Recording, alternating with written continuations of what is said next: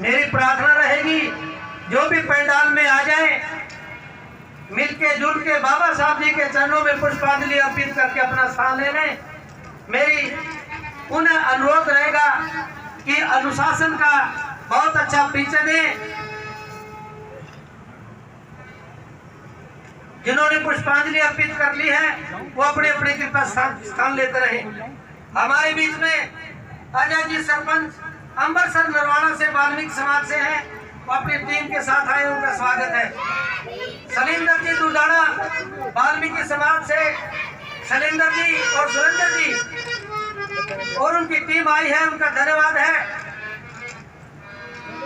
हेमराज जी खटक साहब पंचकुला से अपनी टीम के साथ धर्मपाल जी के साथ आए हैं। सुनील कुमार जी प्रवक्ता कोसली रिवाड़ी से एक सूबेदार ताराचंद जी के साथ मिलकर आए हैं।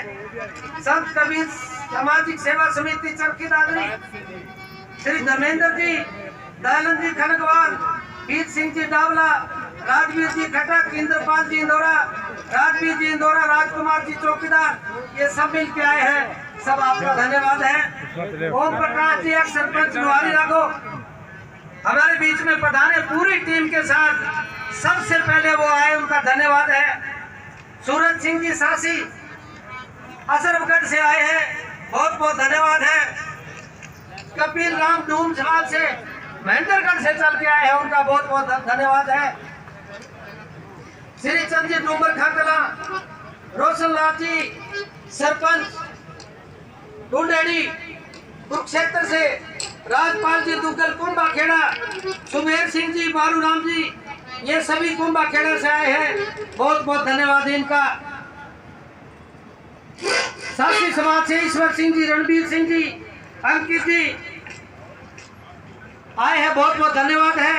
राम भगत जी लडवाल भिवानी से, रामेश्वर जी गोलागढ़, आजाद सिंह जी खरे, बाल मुकुंद जी बागड़ी, करतार सिंह जी बडेसरा,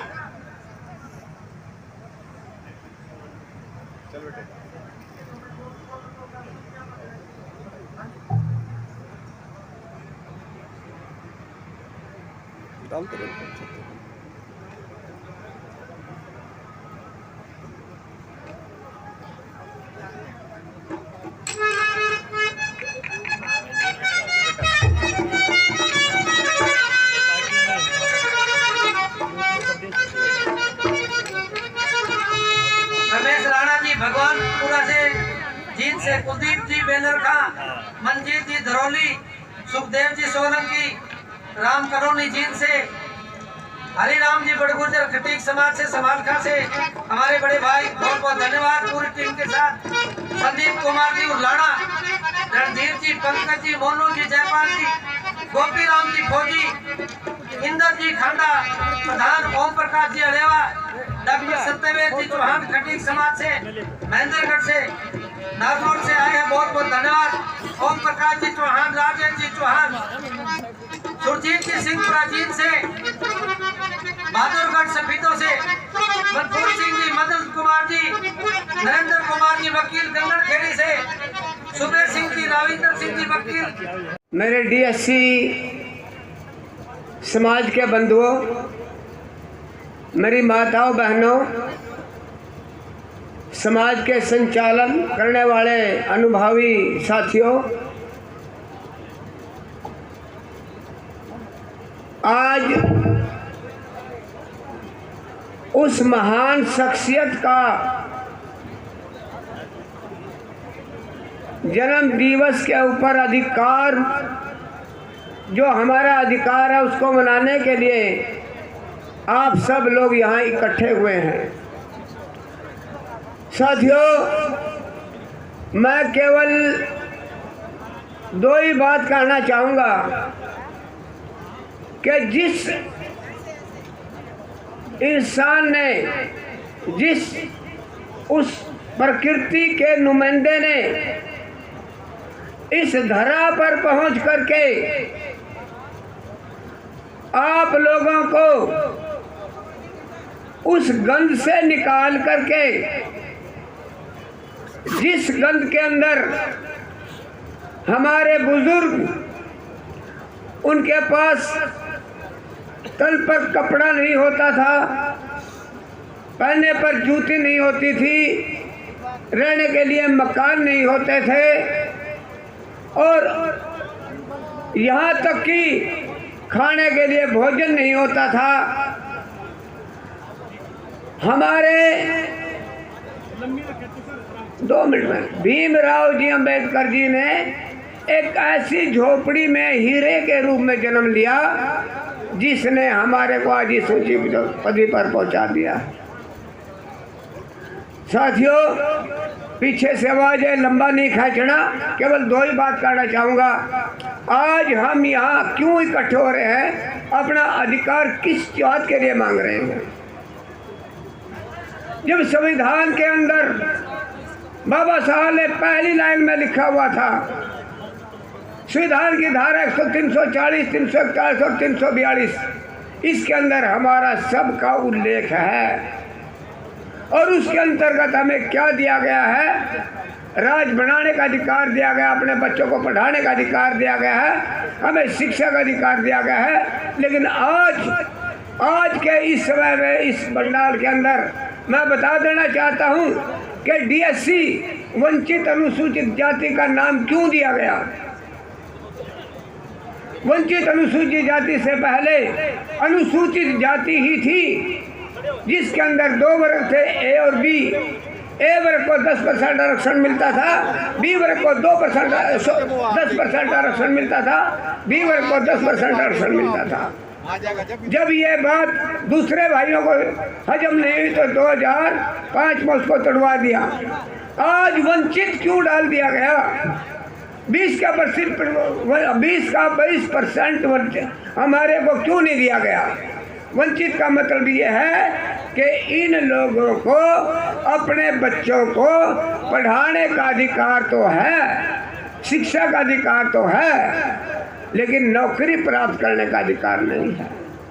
तो हम उसका क्या करेंगे जब हमारे बच्चे नौकरी नहीं प्राप्त कर सकेंगे? साथियों, ध्यान से सुन लो, आज आप लोगों ने प्रण करके जाना है। हमारी जो टीम है, हमारे जो कार्यकर्ता है, जो हमारे नेता हैं, वो आपको बताएंगे आगे हमने क्या करना है। प्रण करके जाना है कि अपने बच्चों के भविष्य के लिए जो भी आदेश होंगे उनको पूरा करेंगे। इन्हीं शब्दों के साथ धन्यवाद। जय भीम, जय भारत। बहुत बहुत धन्यवाद आदरणीय जिले सिंह बस्तारा जी की जबान की जो धार है, इसी प्रकार इनके काम की धार है और डीएससी वर्ग इन पे मान करता है। इस प्रकार के योद्धा, इस प्रकार के बुजुर्गों का हमारे ऊपर साया है।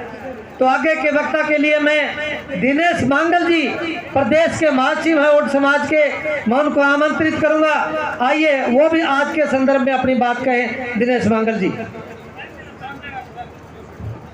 आए इस जगत में, जग हंसा हम रोए, ऐसी करनी कर चले, हम हंसे जग रोए। आज 132वां जन्मदिन बाबा साहब का वंचित समाज मनाते हुए, और मैं पूरे समाज को बाबा साहब के इस जन्म दिवस पर लाख लाख बधाई देता हूं। साथियों, बाबा साहब ने 3 मूल मंत्र दिए थे। जिन लोगों ने वो 3 मूल मंत्र माने हैं साथियों, वो आज आसमान पर हैं। हम लोगों ने नहीं माने, आज हम जमीन पर हैं। साथियों, अब भी मैं कहता हूं, बाबा साहब ने एक और बात कही थी, शिक्षा वो शेरनी का दूध है, जो पीता है वही दहाड़ता है। साथियों, इन बातों को याद रखना। हमें राजनीति तभी मिलेगी जब हम सभी जातियां मिलेंगे। उन लोगों को मिलना आसान है, लेकिन हम लोगों को मिलना बड़ा मुश्किल है। हम बस के अंदर हिसार से आ रहे थे तो यही बात करते रहे कि भाई जब समाज को हम कैसे जोड़ें। साथियों, जोड़ने का एक ही मूल मंत्र है, बाबा साहब की 3 बातें माने और समाज हमारा जुड़ सकता है। एक छोटी सी बात कहूंगा साथियों, याद रखना ये बात। एक समय जंगल के अंदर भयानक आग लगी हुई थी, सारे पशु जानवर भाग रहे थे। उसमें जब आग लगती है तो नेचुरल सी बात है कि सभी आग से दूर भागते हैं। तो वहां एक चिड़िया ने साहस किया, भाई ये तो लोग तमाशा देख रहे हैं। उसने एक पास में तालाब था, वहां से अपनी चोंच भरी और उस जहां आग लगी हुई थी वहां उड़ेला। एक बार किया, बंदर जो जानते हो शैतान खटनट होता है, उसने कहा जी आपकी मौसी इस एक बूंद से ये इतनी भयानक जंगल की आग बुझने वाली नहीं है। तो उस चिड़िया ने जवाब दिया, बेटा मेरे को भी पता है कि इस भयानक जंगल की आग मेरी इस एक बूंद से नहीं बुझेगी, लेकिन जिस दिन इतिहास लिखा जाएगा उस दिन इतिहास में मेरा नाम आग बुझाने वालों में होगा, ना कि आग लगाने वालों में होगा। तो साथियों, बाबा साहब के इन चिन्हों पर चलो तो हम कामयाब हो सकते हैं। हमें केवल हमारी आज की एक ही डिमांड है, 10% आरक्षण एजुकेशन में मिल गया है, हमें नौकरियों में चाहिए, नहीं मिला तो हम छीनेंगे। साथियों, आपकी बदौलत छीन सकते हैं, अदरवाइज नहीं। तो मैं इन्हीं शब्दों के साथ, अगर मेरे से कोई गलती हो तो मुझे क्षमा करना। धन्यवाद। बहुत बहुत धन्यवाद दिनेश मांगल जी। मैं डॉक्टर उमेद खन्ना जी से अर्ज करूंगा कि एमसी साहब हैं हिसार में, वो आए तो बाबा साहब के नमक में एक दो करके लाया हूँ, वो आपके सामने रख रहा हूँ और उम्मीद करूँगा कि आप मेरे साथ इस गीत में जुड़ें, क्योंकि ये मेरी नहीं आप सबकी आवाज़ है। कुछ दिन पहले देवीदास जी ने कहा था कि आप हमारे इस विचार को अपने शब्दों में बांधने का प्रयास करें, तो आपके सामने रख रहा हूँ। उम्मीद है आपको बहुत अच्छा लगेगा और आपका समर्थन भी मिलेगा। तो बोल रहा हूँ कि जींद की बृहद वसुंधरा से फूटी है आज चिंगारी, जींद की बृहद वसुंधरा से फूटी है आज चिंगारी, किसी की सत्ता पर ये कहीं पड़ ना जाए भारी। जब मैं बोलूँगा कि किसी की सत्ता पे ये पड़ ना जाए भारी, तो मेरी उम्मीद है कि आप जुड़ें, क्योंकि इस मंच से आपकी आवाज़ जानी चाहिए। आप मेरे साथ बोलेंगे कि पड़ जाएगी भारी। ये आज जो मंच हमने लगाया है, आप सब लोग जो यहाँ पर इकट्ठे हैं, उसका एकमात्र एक ही विषय है और एक ही मकसद है कि सोई हुई सरकार को ये जगाया जाए कि आज वंचित समाज जाग गया है, वो रुकेगा नहीं। जब तक जीत न हासिल करने हम रुकेंगे नहीं, जितना तन मन धन जो भी लगाना पड़ेगा हम लगाएंगे। अगली बात कहता हूं कि वंचित बेटे जाग गए हैं, अब जीत की है तैयारी। वंचित बेटे जाग गए हैं, अब जीत की है तैयारी। आंखें खोल के देख ले बाबू सत्ता के प्रभारी, कहीं पड़ न जाए भारी। बोलिए कि पड़ जाएगी भारी। लाल ललाट पे भ्रकुटी तान निकले हैं बांकुरे, लाल ललाट पे भ्रकुटी तान निकले हैं रणबांकुरे। आंखों में अंगारे लेकर निकल चुकी है नारी, कहीं पड़ न जाए भारी, कहीं पड़ न जाए भारी। कहता हूं कि मुहिम पे निकले हैं अब, घर वापस नहीं होंगे। मुहिम पे निकले हैं अब, घर वापस नहीं होंगे। या तो मांगे मान लो हमारी, या सत्ता से बाहर होंगे। इसी मंच से करता हूं दिल, इसी मंच से करते हैं दिल, वंचित ये ललकारी, कहीं पड़ न जाए भारी, कहीं पड़ न जाए भारी। अंतिम लाइनों में कहता हूं कि रगों में लेकर बर्क भतेरी निकले हैं रणवीर। मतलब अपनी आंखों अपनी रगों में अंगारे लेकर निकले हैं कि रगों में लेकर बर्क भतेरी निकले हैं रणवीर। उससे ज्यादा शीश मिलेंगे जितनी हैं शमशीर। और जिद पे अड़े हैं वंशज किसके, जिद पे अड़े हैं वंशज किसके, तारीख गवाह है सारी, कहीं पड़ न जाए भारी। और ये पड़ जाएगी भारी। आप सभी का बहुत बहुत धन्यवाद। और अंत में एक बात कहते हुए मैं अपना शब्दों को विराम देता हूं कि ये मुहिम जो अब शुरू हुई है, ये सिर्फ एक आगाज़ है, अंजाम हमारे मकसद तक पूरा नहीं होगा। धन्यवाद। जय भीम। धन्यवाद। ये तो हमने 2-4 दिन की मेहनत करी है और वो भी टेलीफोनों पे कहा है। और जब हम ये तो ट्रेलर है भैया, ये फिल्म का, और जब फिल्म चलाई तो इस प्रकार के ग्राउंड में बैठने के लिए, खड़ा होने के लिए जगह नहीं मिलेगी। सब देश की रानी जाइए।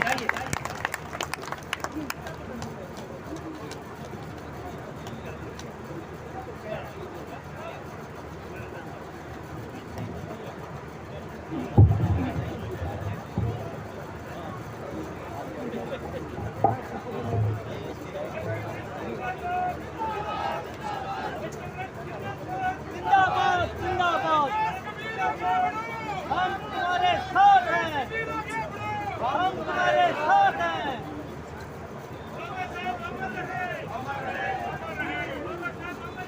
अमर रहे, अमर रहे।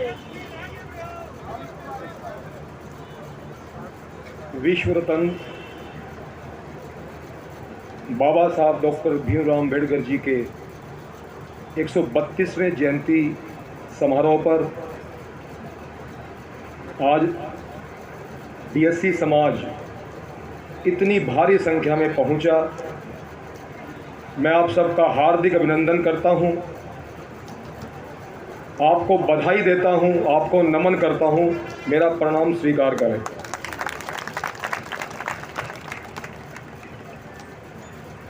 और व्यवस्था मंडल में जो हमारे सीनियर लोग बैठे हैं, वरिष्ठ अधिकारी भी रहे हैं और बहुत कर्मचारी भी हैं, मैं उनको भी नमन करता हूं। हमारी माताओं को, हमारी बहनों को नमन करता हूं। हमारे वे वर्ग जो नेता बैठे हैं जिन्होंने वर्ग ए की लड़ाई में, डीएससी की लड़ाई में बहुत संघर्ष किया, उनको नमन करता हूं। और मैं नमन करता हूं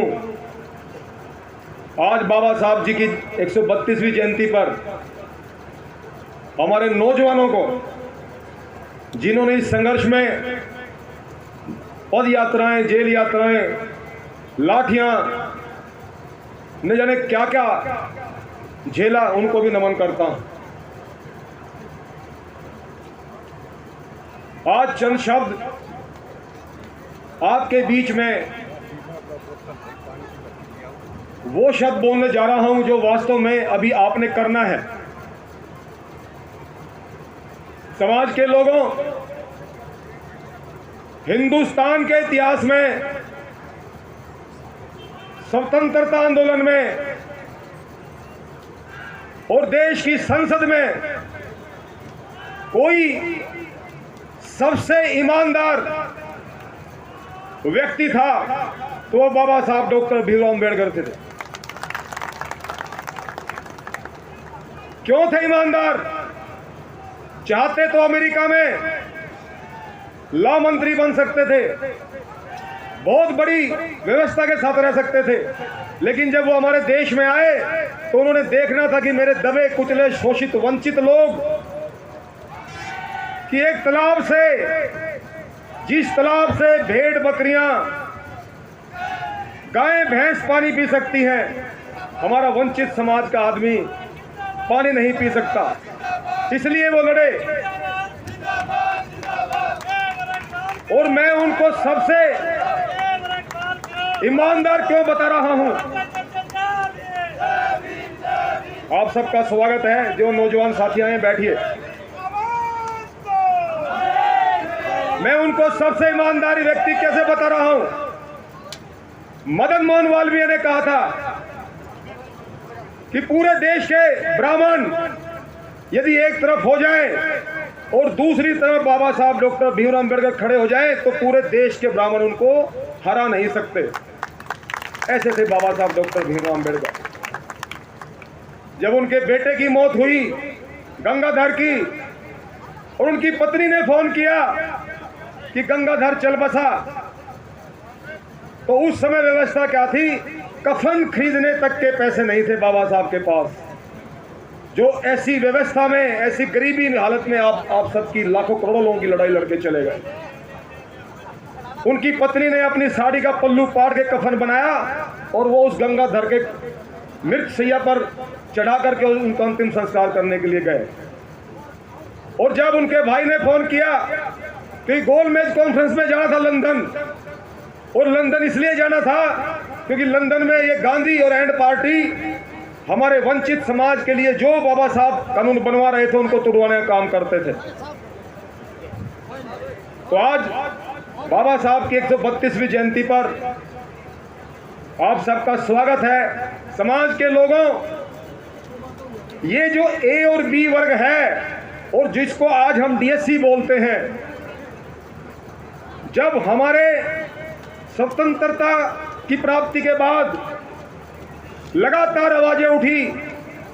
हमारे वाल्मीकि नेताओं ने, धानक नेताओं ने, खटीक सासी और बाजीगर नेताओं ने जब उस समय की सरकार को कहा कि भी हमें आरक्षण का लाभ नहीं मिलता है, तो इन लोगों ने आवाज उठानी शुरू की थी, क्योंकि एक जाति को 90% लाभ मिलता था।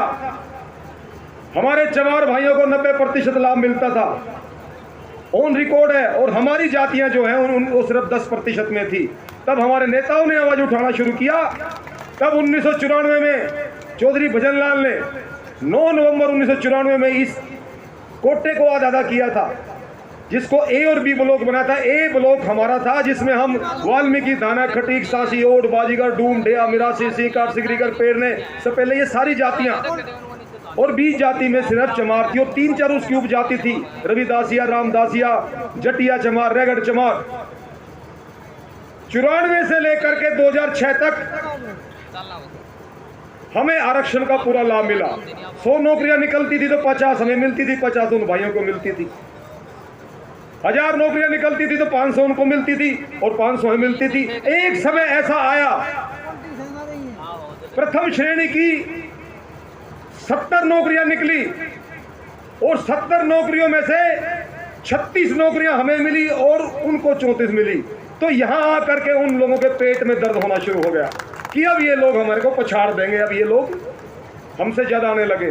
तब से उन लोगों ने राजनीतिक साठ गांठ करके 2006 में वो काला दिवस 6 जुलाई 2006 का, भूपेंद्र हुड्डा की सरकार थी,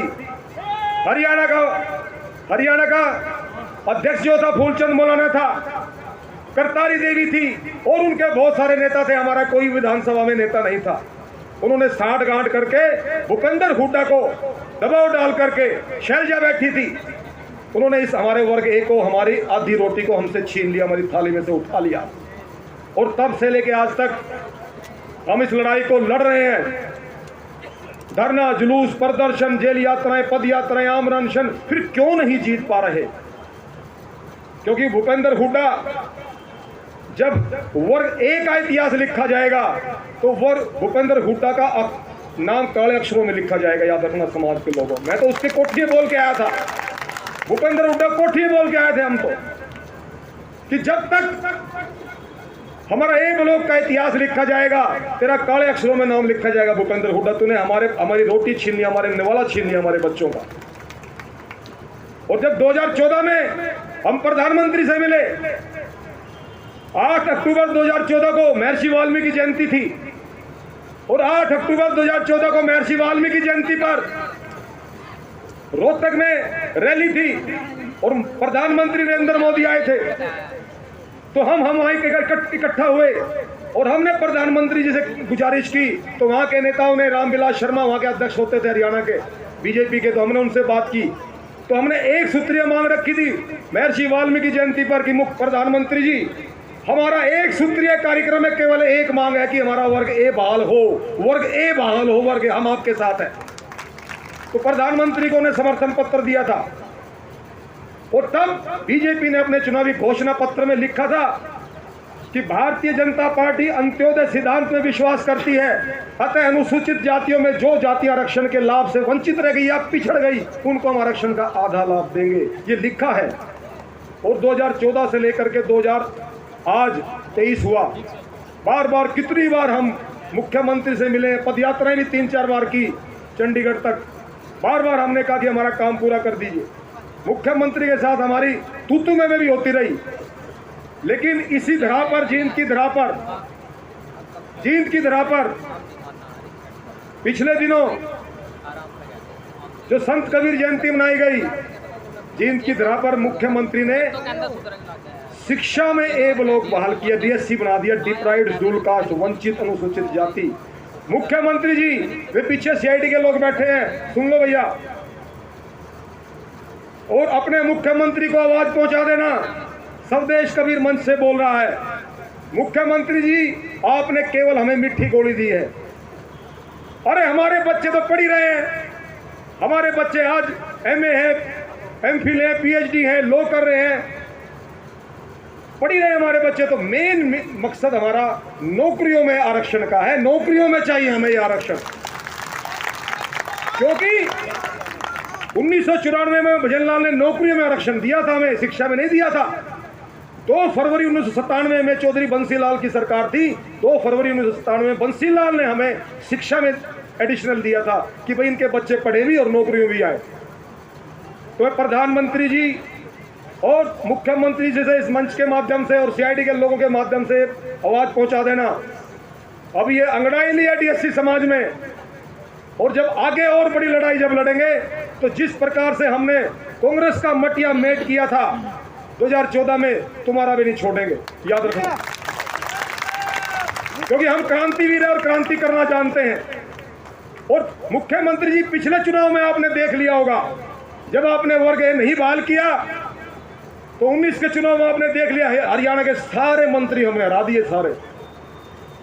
और रोहतक का मंत्री पैर पकड़ता था आकर के, मनीष गरोरिया भाई जानते हैं, ये ओम प्रकाश ने नानिया बेटे जानते हैं, पैर पकड़ता था आकर के, मेरी लाज बचा लो सवदेश जी। मगर लाज नहीं, तेरे को ठोकर मारे तेरे मुंह पे, साले ठोकर मारेंगे। तुम कायर हो, बुज़दिल हो, डरपोक है। तुम मुख्यमंत्री को बोल नहीं सकते कि इन लोगों ने हमारे को जिताया रोहतक से। कोई सोच सकता था कांग्रेस हार जाएगी? हमने खून से तोला, मनीष गरोरिया खून से तोला, हमारी माताओं ने, हमारी बहनों, हमारे बच्चों ने भी खून दिया। और जो काम 2015 में होना चाहिए था आज 2023 में नहीं हो रहा। बाबा साहब ने लिखा था एक जगह कि democracy does not guarantee equality of condition, it only guarantees equality of opportunity, and so far this opportunity is concerned that must be provided to each and every person of the society who is sitting last corner।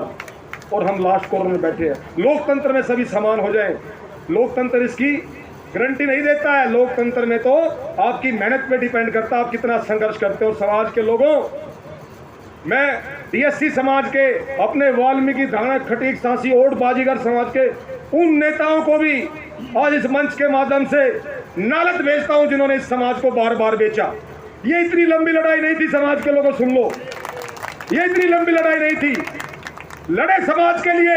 और जब सोनिया गांधी से मुलाकात हुई कांग्रेस की सरकार में और BJP की सरकार में, जब मुख्यमंत्री से मुलाकात हुई, वो पलाराम जी सासी समझते वो बैठे हमारे में वर्ग, उन्होंने क्या मांगा? हमें चेयरमैन नहीं बनाते जी, हमें टिकटें नहीं देते जी, हमें वीसी नहीं बनाते जी। अरे थारे को चेयरमैन भी बना दिया, थारे को मंत्री बना दिया, थारे को एमएलए की टिकट भी दे, थारे को वीसी बना दिया, तो क्या तुमने पहाड़ खोद दिया? क्या क्या कर दिया तुमने?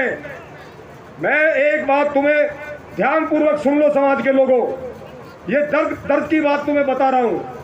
हमें दुश्मनों से खतरा नहीं हुआ, हमें अपने ही लोगों ने बार बार पीठ में छुरा घोंपा हमारे संघर्ष को, अपने लोगों ने। और अब हम ऐसा नहीं होने देंगे। और सुन लो समाज के लोगों, जिन लोगों ने कौम के साथ गद्दारी की हुई है, आप सभी उनका नाम जानते हैं, मन से बोलना नहीं चाहता। उनका भी काले अक्षरों में, वो काली भेड़ों के नाम से उनका नाम लिखा जाएगा इतिहास में। जिन्होंने वह बंद कमरों में जाकर के टिकटें मांगी, टिकटें वो ले गए, एमएलए भी बने, चेयरमैन भी बने, पद भी ले गए, लेकिन आज समाज ने उनको धुतकार के रखा हुआ है। मैं नौजवान साथियों, मेरे बुजुर्गों, मैं एक बात ये कहना चाहता हूं, इस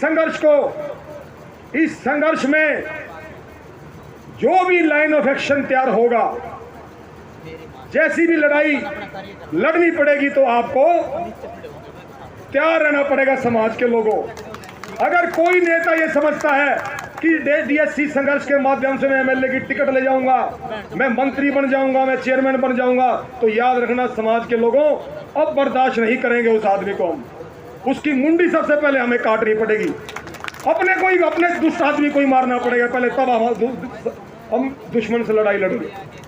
अगर कोई ऐसा आदमी है इस संघर्ष में, तो सुन ले भाई, ये संघर्ष तब कामयाब होगा जब दिल से, ईमानदारी से इस समाज की लड़ाई को लड़ा जाएगा।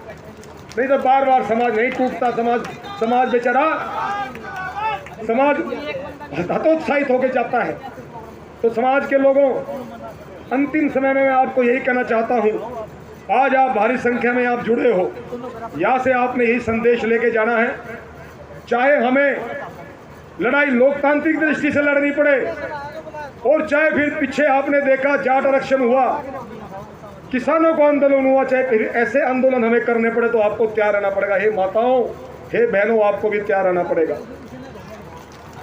क्योंकि माताओं लिखा है इतिहास में, जननी जने तो भक्त जन या दाता या सूर, जननी जने तो भक्त जन या दाता या सूर, या फिर जननी बांझ रहे काय गवाए नूर।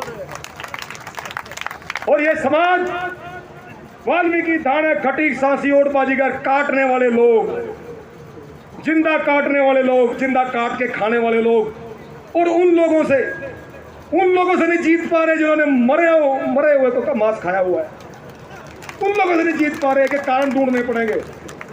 तो अंतिम समय में समाज के लोगों, मैं यही कहना चाहता हूं, हम सेंटर कार्यकारिणी जो भी लाइन ऑफ एक्शन आपको दें, और आपको एक बार यहां से शपथ लेके जाना पड़ेगा। एक बार यदि आप इस संघर्ष को लड़ने के लिए तैयार हैं, इस संघर्ष में अपना योगदान देने के लिए तैयार हैं, तो अपना हाथ उठा लो। एक बार हाथ उठा लो सभी जो संघर्ष को लड़ना चाहते हैं, इस डीएससी को बहाल करना। एक बार बोलो मेरे साथ, एससी वर्गे जिंदाबाद, जिंदाबाद, जिंदाबाद, एससी वर्गे जिंदाबाद, जिंदाबाद, जिंदाबाद, आवाज दो। हर जोर जुल्म की टक्कर में, हर जोर जुल्म की टक्कर में, क्योंकि मैं इन माताओं को जानता हूं, ऐसी माताएं भी बैठी हैं जिनको उनके शरीर का कोई अंग नहीं बचा था, उन पर इतनी लाठियां पड़ी थी रोहतक के आंदोलन में 2008 में। उन माताओं को मैं जानता हूं, उनको देख रहा हूं मैं, वो सामने बैठी। तो समाज के लोगों, एक बार शपथ लेके जाना कि जब तक हम डीएससी को नौकरियों में लागू नहीं करा लेंगे, हम चैन से नहीं बैठेंगे, हम चैन से नहीं बैठेंगे। आपने मुझे सुना और अगर समझा तो अगला लाइन ऑफ एक्शन जो भी होगा, हम मिलकर के जो भी रणनीति तैयार करें, तो आपने पूरे हरियाणा से जो संघर्षशील लोग आपने वचन दिया, वादा किया है, सारे इकट्ठा होंगे, क्योंकि लड़ाई संख्या से लड़ी जाएगी। लोकतंत्र में सर्वोच्च गिनती होती है, सर्वोच्च गिनती से लड़ी जाएगी। एक बार फिर से बोले, एससी वर्ग जिंदाबाद, जिंदाबाद, जिंदाबाद, आवाज दो, आवाज दो। आपका बहुत बहुत धन्यवाद।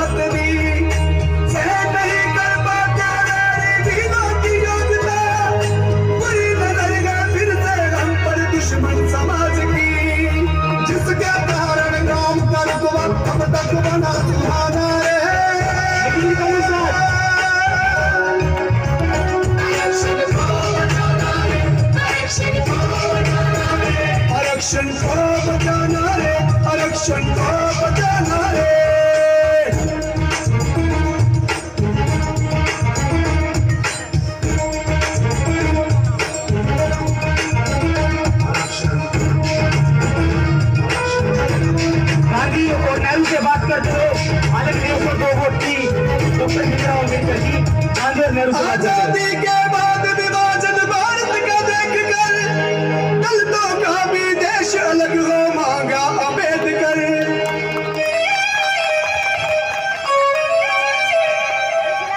आजादी के बाद विभाजन भारत का देखकर दलितों का भी देश अलग हो मांगा अम्बेडकर। हमें गुलामी अपना करनी आवाज की बेफिक्री से रूखी सूखी खाएंगे पेट भर। अलग बेचना मिला मिला जो नहीं कमाना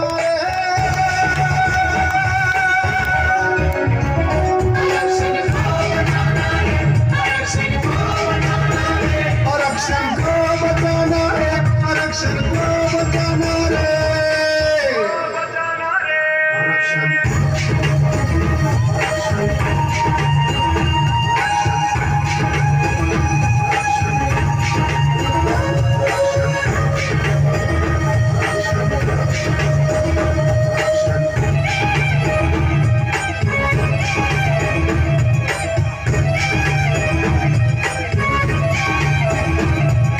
बड़े पदों पर बैठे वीरों समझो हालात को, कभी न खतरा होने देना अपनी जमात को।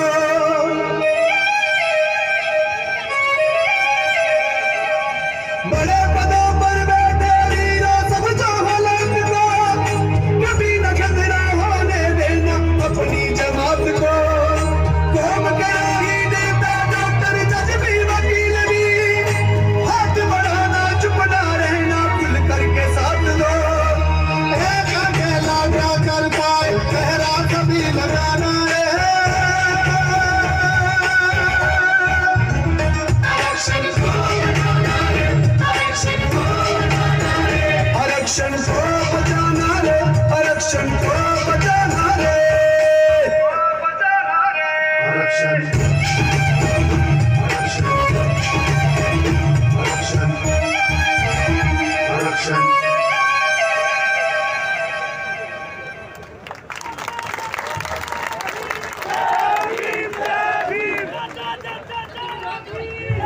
श्री मोहनलाल मग्गन जी